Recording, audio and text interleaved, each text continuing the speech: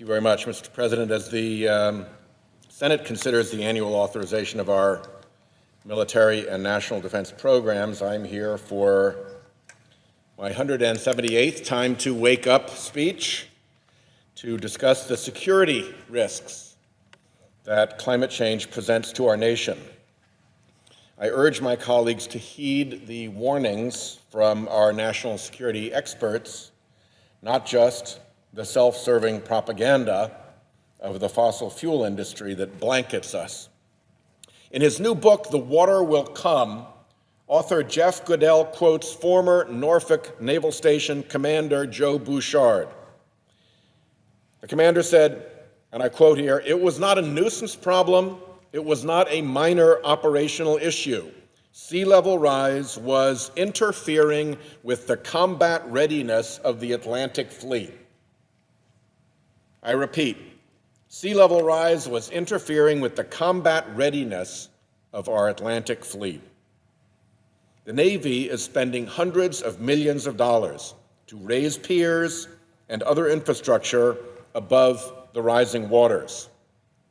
But, Goodell writes, a base like Norfolk is the hub of an entire ecosystem that has grown up around it.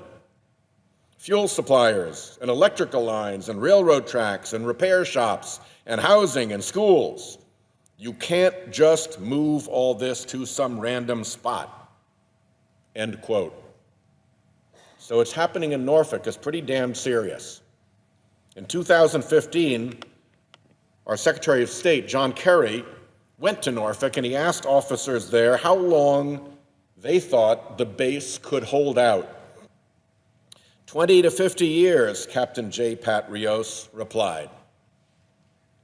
Goodell describes this as what he calls, I'll quote him here, an extraordinary moment in the annals of American military history.